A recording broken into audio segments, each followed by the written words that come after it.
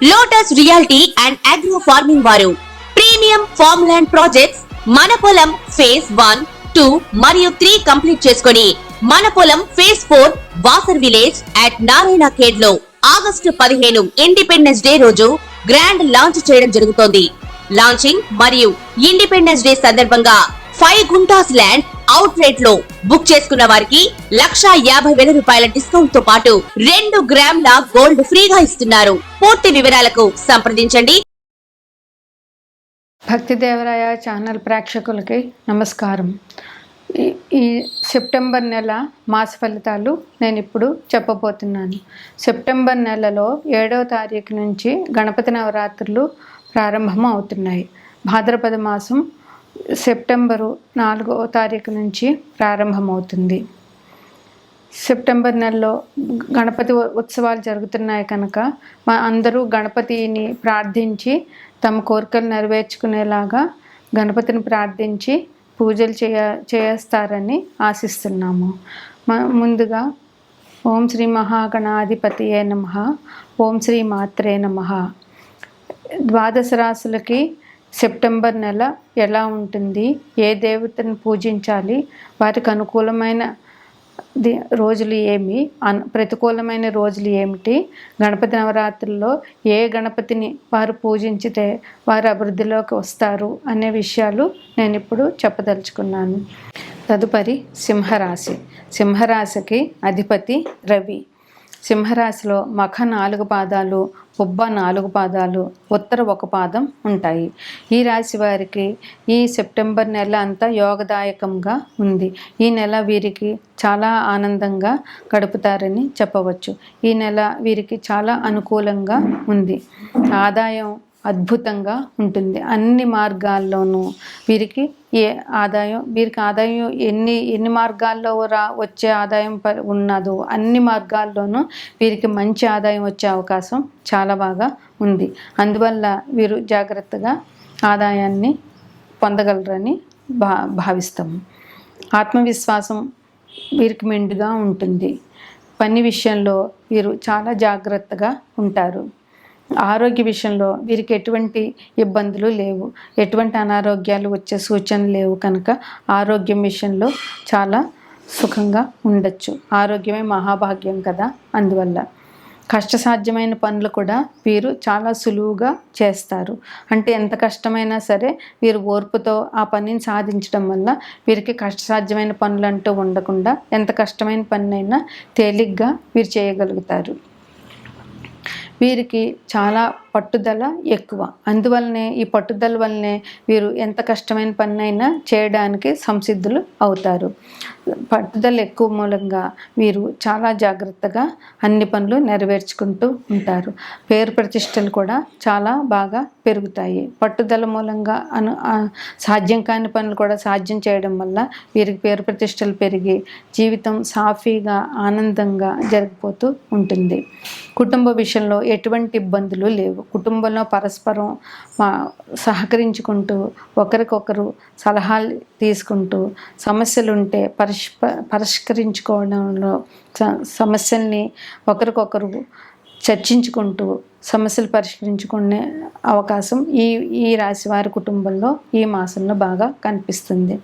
Speculation విషయంలో మాత్రం కొద్దిగా ఇబ్బందులు ఉన్నాయి. అందువల్ల స్పెక్యులేషన్ వ్యాపారం చేసేవారు కొంచెం ఆచితూచి అడుగు వేయవలసింది. వారు మార్కెట్ని పూర్తిగా అవగాహన చేసుకుని స్పెక్యులేషన్ విషయంలో ముందుకు వెళ్ళవలసిందని సూచన. సంతానం విషయంలో వీరికి ఎటువంటి ఇబ్బందులు లేవు. కొత్తగా సంతానం పొందాలనుకునే వారికి సంతానం సంబంధించిన శుభవార్తలు వింటారు. సంతానం ఆల్రెడీ ఉన్నవారు అభివృద్ధిలోకి వస్తారు. వారి పిల్లల వలన వీరి స్థాయి పెరుగుతుంది. వారి పిల్లల వలన వాళ్ళ అభివృద్ధిలోకి వస్తారు. వాళ్ళ వల్ల వీళ్ళకి చాలా ఆనందం కలుగుతుంది. సంతానం విషయమై వీరికి ఎటువంటి ఇబ్బందులు ఈ మాసంలో కనిపించడం లేదు. నూతన పరిచయాలు వీరికి ఈ నెల మాసంలో జరిగే అవకాశం చాలా ఉంది. అందువల్ల ఈ నూతన పరిచయాల వల్ల వీరికి సంఘంలో గౌరవ మర్యాదలు పెరుగుతాయి. అలాగే సంఘంలో పేరు ప్రతిష్టలు కూడా పెరుగుతాయి. నూతన పరిచయాలు, హోదాగల వ్యక్తుల పరిచయాలు జరగడం వల్ల వీరి స్థాయి కూడా పెరుగుతుంది. వీరి మనోధైర్యం వీరికి చాలా అవసరం. మనోధైర్యం, ఆత్మవిశ్వాసం వీరికి మెండుగా ఉన్నాయి. అందువల్ల మనోధైర్యంతో, ఆత్మవిశ్వాసంతో వీరు ముందుకి వెళ్తారు. ఇంకా దైవ కార్యాలకు సంబంధించి దైవ సంబంధమైన కార్యక్రమాల్లో వీరు పాల్గొంటారు. ఈ నెల సెప్టెంబర్ 7వ తారీఖు నుంచి గణపతి నవరాత్రులు ప్రారంభమవుతున్నాయి. అందువల్ల వీరు గణపతిని దర్శించుకొని గణపతికి సంబంధించిన ఏమైనా దానం చేయడము, పందిట్లో గణపతికి ఏదైనా డొనేషన్లు ఇవ్వడం లాంటివి చేస్తే వీరికి చాలా మంచిది. దైవ సంబంధ కార్యక్రమాల్లో చురుగ్గా పాల్గొంటారు. అన్నదానం అట్లాంటివి వీళ్ళు చేస్తారు. అలాగే దైవ సంబంధమైన ఖర్చులు, శుభకార్యాల ఖర్చులు ఈ నెలలో వీరికి ఉంటాయి. వీరు దుర్గాదేవిని, పరమేశ్వరుడికి అభిషేకాలు చేయడం వల్ల చాలా మంచి పేరు పొందుతారు.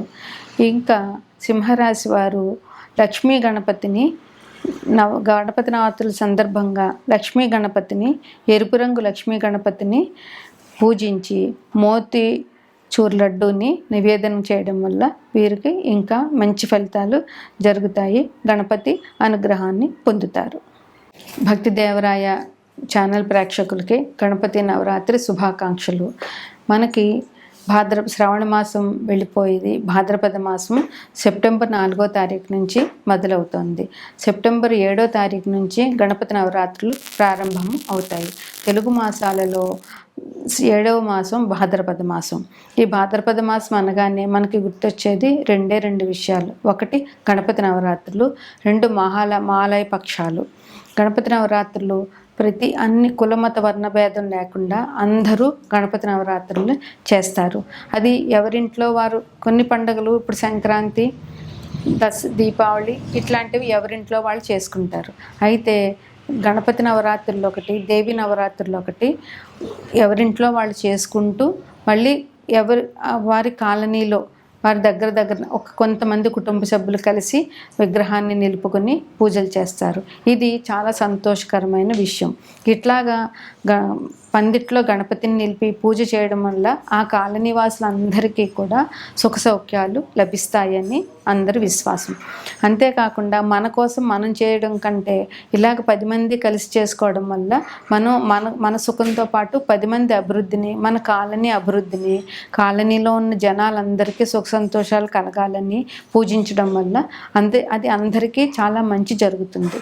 ఎప్పుడూ కూడా పూజ చేసేటప్పుడు మనం చెప్పవలసింది ఏంటంటే మన సుఖం మనదే కాకుండా లోక సమస్త సుఖినో భవంతు అని చెప్పాలి. ఎందుకంటే లోకంలో జనులందరూ సుఖంగా ఉండాలి. మన ఇరుగు పొరుగు సుఖంగా ఉంటేనే మనం సుఖంగా ఉండగలుగుతాం. ఇరుగు పొరుగు కష్టపడుతూ ఉంటే వారి సహాయ సహకారాలు లేకపోతే ఏ వ్యక్తి కూడా ఏమీ చేయలేడు. అందువల్ల ఇట్లా పండుగలు ఇలాగ 10 మందితో చేసుకోవడం అన్నది చాలా మంచిది.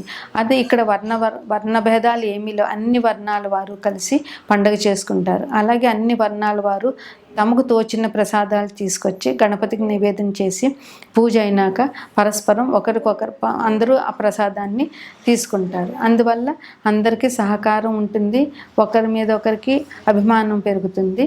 ఇలా చేసుకోవడం వల్ల ఆ కాలనీ అభివృద్ధి కూడా చెందుతుంది. అలాగే గణపతి పూజలో ముఖ్యమైనది ఏంటంటే గణపతి శుద్ధ చవితి రోజుని గణపతి పూజ చేస్తారు. ముందుగా గణపతి విగ్రహాన్ని తీసుకొచ్చి గణపతికి పందిరి వేసి వీలైనంతలో పందిరి వేసి పూజ చేస్తారు.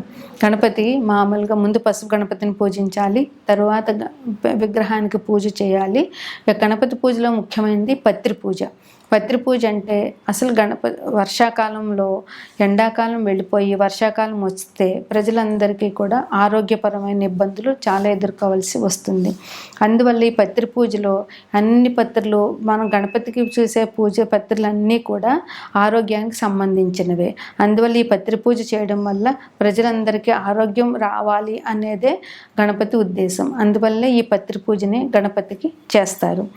అట్లాగే పత్రి పూజ అయినాక గరిక పూజ. గణపతికి గరిక పూజ చాలా విశేషం.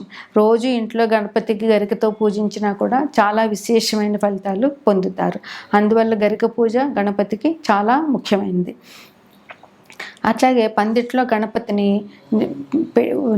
ప్రతిష్ఠించినప్పుడు అది 5 రోజులు కొంతమంది, మన శక్తి కొలది 5 రోజులు కొంతమంది, 7 రోజులు, 9 రోజులు, 11వ రోజు అన్ని రోజులు ఉంచుతారు గణపతికి. ఈ అన్ని రోజులు కూడా ఉదయం సాయంత్రం గణపతికి పూజ చేసి తగిన వాళ్ళకి శక్తి అనుసారం గణపతికి నివేదన చేస్తారు. 11వ రోజున గణపతి నిమజ్జనానికి గణపతి నిమజ్జనానికి వెళ్ళేటప్పుడు శక్తి కొలది అన్నదానం చేస్తారు.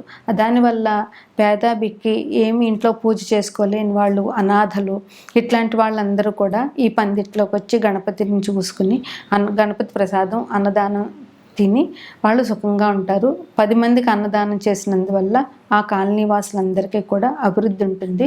అన్నదానం మించిన దానం ప్రపంచంలో లేదు. అందువల్ల అన్నదానం చేయడం అన్నది అనాదిగా వస్తున్న ఆచారం. అన్నదానం చేసి గణపతిని తీసుకెళ్ళి నీటిలో కలిపేస్తారు. అది ఈ గణపతి విశిష్ట పూజ. అట్లాగే అందరూ పందిట్లో 7 రోజులు, ఎన్ని రోజులు గణపతి నుంచితే అన్ని రోజులు సాంస్కృతిక కార్యక్రమాలు చేస్తారు. పూర్వం అయితే బుర్రకథలని, హరికథలని, ఇట్లాంటివి నాటకాలు ఇట్లాంటివన్నీ చేసేవారు. ఇప్పుడు బుర్రకథలు, హరికథలు ఎవరు వినటం లేదు. చెప్పేవాళ్ళు ఉన్నా వినేవాళ్ళు ఎవరు లేరు. ఈ రోజుల్లో సాంస్కృతిక కార్యక్రమాలు, కాలనీలో పిల్లలకి పాటల పోటీలు పెట్టడము, లేదా ఇట్లా విష్ణు సహస్రనామాలు చదివించడము, భగవద్గీత చదివించడం, ఇట్లాంటివి చేయడం, లలితా పారాయణం ఇట్లాంటివన్నీ చేసి సాధ్యమైనంత వరకు పాటలు పాడించి ఇట్లా గణపతి సాంస్కృతిక కార్యక్రమాలు జరుపుతారు. అన్నదానాలు, ఈ 10 రోజులు అందరూ కాలనీ నివాసులు అందరూ ఒక చోట గుమ్ముకూడి ఆనందంగా వినోదంగా గడుపుతారు. గణపతికి ఈ 12 రాశుల వారు, మనకు జ్యోతిష్యంలో 12 రాశులు ఉన్నాయి. అవి వరుసగా మేషం, వృషభం, మిథునం, కర్కాటకం, సింహం, కన్య, తుల, వృశ్చికం, ధనస్సు, మకరం, కుంభం, మీనం.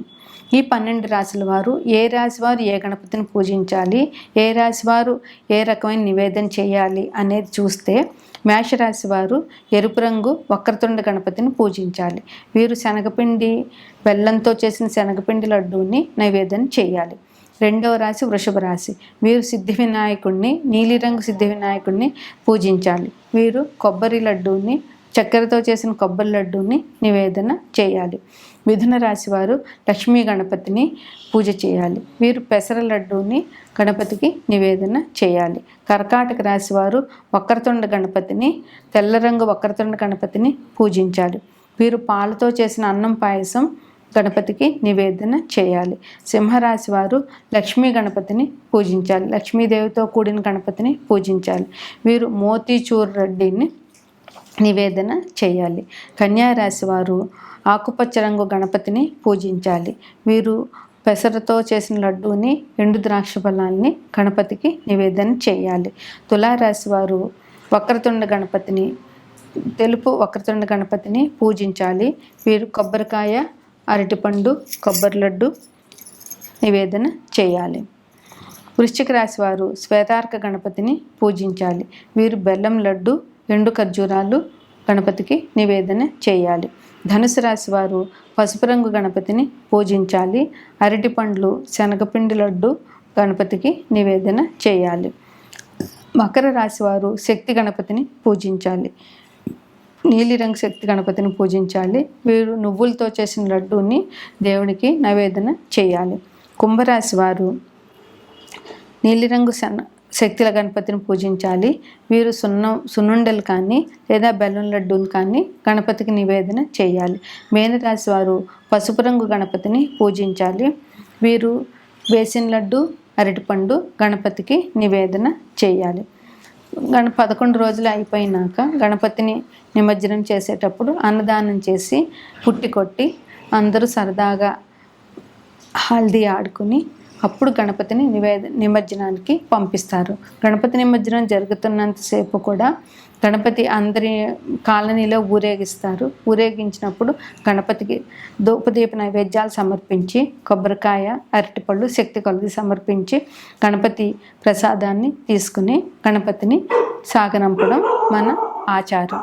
ఇది అన్ని పండుగల్లో చాలా శ్రేష్టమైనది.